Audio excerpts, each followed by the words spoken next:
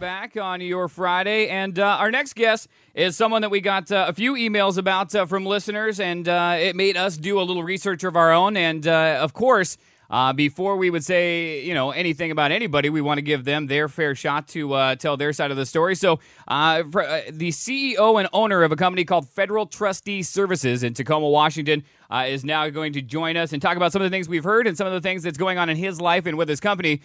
Please welcome to the program, Allan Hennessey. Allan, good morning, and how are you? Good morning, Bobby. I'm doing great. Thanks for having me on the program. Hey, no problem. All right, so like I said before, like we talked about in emails with you, and a little bit before we went on air, is we've had some people that have sent us emails and that have called us and said, we feel like there's something going on here, and I think you've even addressed this yourself, that there were some interesting things going on. So first, let's talk about what Federal Trustee Services does for its customers. What exactly do you guys do? Well, I'll tell you, there's certainly a lot going on, and Federal Trustee Services is a company that's kind of stemmed out of finding solutions for some problems that have been going on. My background comes from a mortgage background. I was a real estate investor leading up to 2007 when the market crashed. And I found myself in an interesting position when the market changed, where I went from having all sorts of real estate holdings to ending up having nothing over the course of the following year in 2008, learning how to be a victim of foreclosure. Through the process of repeatedly seeing another foreclosure notice for another property over and over again, I started to break it down and analyze what it was that was going on so that I could try to figure out how an industry that did so well for over 10 years and made more millionaires than all other businesses combined could go so wrong and have people that have been in their homes for 10, 20 years, even generations, that now are all of a sudden losing their homes. And we started to discover some irregularities and some issues, and then finally some fatal issues and fundamental flaws in the process of the banks that are taking people's homes. And so Federal Trustee Services was developed really to encompass all of those solutions that we discovered. And I guess what's the end result? I mean, what if somebody comes to you guys and says, I need help with my house, there's a possibility of foreclosure. When everything's said and done, if they do what you ask them to do, what is the end result? Sure. Really the end result is that we discover what the truth is. Everything that we do at Federal Trustee Services starts with a forensic loan investigation, where we dig not through just the original loan documents, but the public records, as well as some private databases and even the database that belongs to the Securities and Exchange Commission, so that we can trace and track what happened forensically so that the homeowner has facts of what really happened. Now, once that process takes place, it's really a matter of communicating that to the bank or lender or other party to give them an opportunity and due process to respond, just as you've given me an opportunity to respond here on the show today. Once that takes place, then it's simply a matter of, once you've revealed the truth, of looking at what that truth is. For some people, it may be that it's found that they have a genuinely bona fide loan transaction that there are no flaws or fraud with, which is very rare. Typically, a smaller town credit union in a small community would be of that nature. However, we know that most of the larger and national banks, they've been so sloppy and they use third parties to process their loans and to originate their loans, that there are fundamental flaws that just cannot be corrected, which the courts in our country over the last 2 years have really kind of had a tide change, where now there are a number of decisions at the state, federal, and Supreme Court levels that have decided that some of these fundamental flaws translate to a homeowner owning their home free and clear. So the end result would be that I would get my house free and clear without owing the bank a cent, right? Well, let's put it this way. I mean, as a business, we don't ever tell anybody that we're going to get them their house free and clear. That's just not something reasonable to offer to anyone. At the same time, we know that the only thing that can force a bank to stop a foreclosure is a court order. So therefore, that's not something that we can promise anybody either. What we do promise all of our clients is that we're going to reveal the truth and that we're going to provide them with some answers that will give them a better direction on where to go forward from there. Now, the majority of our clients, we find fraud in their case, and sometimes it's as simple as just looking at what the public records documents reveal. So at the end, most of our clients, they end up with evidence and information and a record of the communication between the bank that reveals that essentially the facts translate that there is no debt on the property, or that if there's a debt on the property that is in fact been rendered unsecured, just like a credit card. And then a lot of folks, may take other action outside of our services, such as a bankruptcy filing and a Chapter 7 to get that debt discharged, or just to simply continue to live in their home without making any further payments to the bank. So let's say that I come get my services from you and the bank did do the stuff right. Like everything, you do your forensic analysis and you do all that and you find out, well, the bank actually did for once do something right. What happens then? I mean, I've put in some money into this and my house is still getting foreclosed on. What does that mean for me? Yeah, we've had a longstanding guarantee that if we don't find fraud or some sort of claim with regard to the transaction, then we refund everybody's money 100%. Like I said, that is a rarity. Just recently, we had a client of ours that we won't mention the name, but there was some unfortunate miscommunication with, because we decided to use independent contractors for the fulfillment, particularly of the investigative and processing services for some of our clients. And for one of our clients, it was miscommunicated that there was no fraud found in his file. We've subsequently looked into that and found that there is in fact fraud in his file. Because of the fact that he was in the way that he was mishandled, we decided to go ahead and refund his money anyway. And he made a lot of noise. I mean, that was one of the reasons we looked into this ourselves, as that person made quite a bit of noise about their dissatisfaction. Sure, and certainly he had every reason to. This is a pretty extreme case. I mean, he doesn't just have one example of where he was wronged, but actually multiple examples.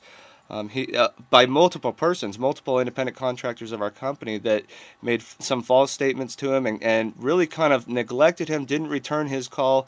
And fortunately, those folks are no longer with our organization.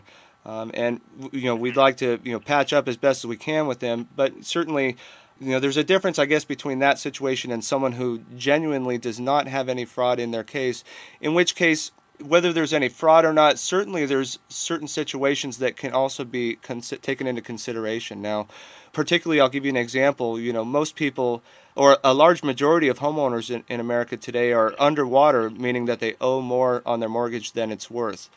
And one of the reasons for that is because all of the real estate was overvalued so highly because of appraisal fraud and other factors in there. And so a lot of times, if you have someone like that where maybe there's nothing wrong with the loan on the surface or even in depth, we can find that the property was overvalued, causing there to be an appraisal fraud situation, meaning that the person never had that value in the property in the first place. So it wasn't just a correction, or even if you want to call it a correction, it's because the numbers were off. And so sometimes those things, even a smaller claim or some information can be of assistance to that homeowner in their efforts of negotiating a loan modification with their company. Just to be clear as well, our company does not offer any sort of loan modification services at all, just because we don't find them to be very effective. Okay, so there's that, and then of course, when we got our emails, there was we of course we're going to do research because we want to know what's going on, and as you know, obviously being the owner and the CEO of the company. There were some red flags that I've got to admit, even you would say that were pretty strange. One being that you have been you've been convicted of bank robbery, and a video you had on your website that admitted that. And talk a little bit about that, and how that came to light, and how now that's kind of being something that you're being forced to talk about, essentially. Sure. I mean, 1999 was kind of a wild year. A lot of people were looking forward to the Y2K and a lot of the scares with that. For me, I had a situation, with my family and with my small business that I was running at that time, where I was just kind of in a bind, in a position where a lot of people really don't ever wish to be at. And certainly I made a big mistake back then, and I ended up paying for it. I admitted my guilt in that scenario, and I ended up serving my time and paying my debt to society for that, for 30 months. It's just not any short period of time, which kind of gave me some time away from life to think about things, to process and consider what I wanted to do with my life. When I was released back, I decided to go forth with real estate. And certainly, I guess I became kind of fascinated with banking and real estate and the complexities of it all. Certainly, there are a number of other ways that it's changed my perspective. Everybody has to move on from their mistakes. You can't just let some of the mistakes that you've made get you down. I believe that humanity in life is all about what you do going forward from there and how you apply yourself and make those changes. I mean, that's the greatness of humankind. Now that's true. That's very true. But now it doesn't stop there, though. I mean, bank robbery, and you did pay your debt to society again, but you've recently also paid your debt to society within the last couple of months. Is that correct? That's correct. I was released on February 11th of this year after doing 2 months, after missing Christmas and New Year's and even my own birthday in the county jail for a very interesting situation. 2007, when I had purchased 25 properties in 4 different states as a real estate investor. The last property that I purchased was a property up here in Washington, and when the market changed, I suddenly decided that I needed to get out of that property and turn and sell it, so I decided to wholesale it to another investor that I had previously done business with, and I was assured that the funds from that transaction would be wired to the escrow company, and this was somebody that I could easily rely upon to be reliable, and decided to write a check from my business account and deposit it into my personal bank account with another bank so that I could begin to pay some bills at that time in 2007. Needless to say, within days of that, the stock market crashed, 300 banking lenders, they closed their doors overnight, and kind of all heck broke loose, to say it lightly. I never recovered from that transaction. I subsequently tried to sell the property to another investor, but essentially the investor that was going to put up the money never showed. The check bounced. The bank account never recovered, so it ended up being closed in the red. And the property to this day, finally, it just recently been restored to the lender that had loaned the money originally on in the first place, which was a private investor. But so what ended up happening was I ended up getting contacted about 6 or 7 months later by the local law enforcement here in Washington, and where they had asked me about that situation with the bank account, where I explained everything completely as it was, how it happened, where they, at the conclusion of that interview, they thanked me for admitting to committing 2 felonies. And it's for confessing. And I said, you're kidding. What are you talking about? And they said unlawful issuance of a check or draft over $750, and they also called it first-degree theft of removing money from my own bank account because of the fact that it was not mine. So it was quite interesting. I did not understand their logic in that, but certainly because of the fact that I had already confessed to it, there was really kind of no way out of it. I had been working with... Not much you can do at that point. Yeah, there's not a whole lot that you can do. I mean, if you've already confessed to the crime that they're alleging against you. And so I tried to work with them over the last year, them being the prosecutor's office, to try and resolve things with that and come to an amicable solution, at which, finally in December it came to a point to where they said, hey, we can take this to trial and try to get 3 to 5 years on you, or you can just plead guilty now and you'd be sentenced to 3 months and you'll be out in 2. I was not provided any sort of opportunity to think about it. It was kind of a now or never decision, at which point I did, which was, in the long term, the best decision that I made, because it's a lot better than 3 to 5 years.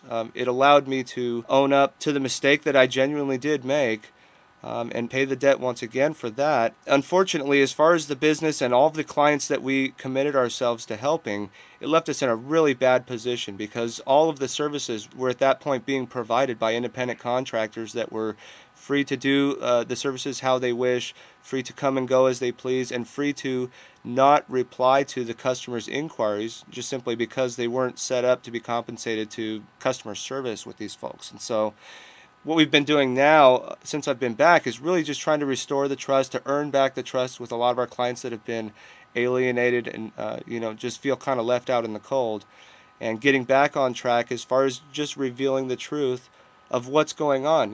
Just about anybody can take a look at any news program these days and find on a frequent basis more and more building evidence about what these banks are doing in this country. I mean, you literally have the greatest theft in the history of mankind of private property going on right in front of everybody's eyes. That's true. So let's move on. I got to make sure we move along and get to all this stuff. Okay, so we talked about the guy who was paid back for the services, but we also got a lot of emails from past employees who were saying they were not being paid for the time that they were working at Federal Trustee Services. What is your stance on that? Did that really happen, and what's going on with that? Have these people been paid now? Yeah, that absolutely did happen. You know, we had kind of a mix of independent contractors that work with the company, and then there were just a couple, I believe 3 employees that were getting paid hourly. And what happened was when I returned,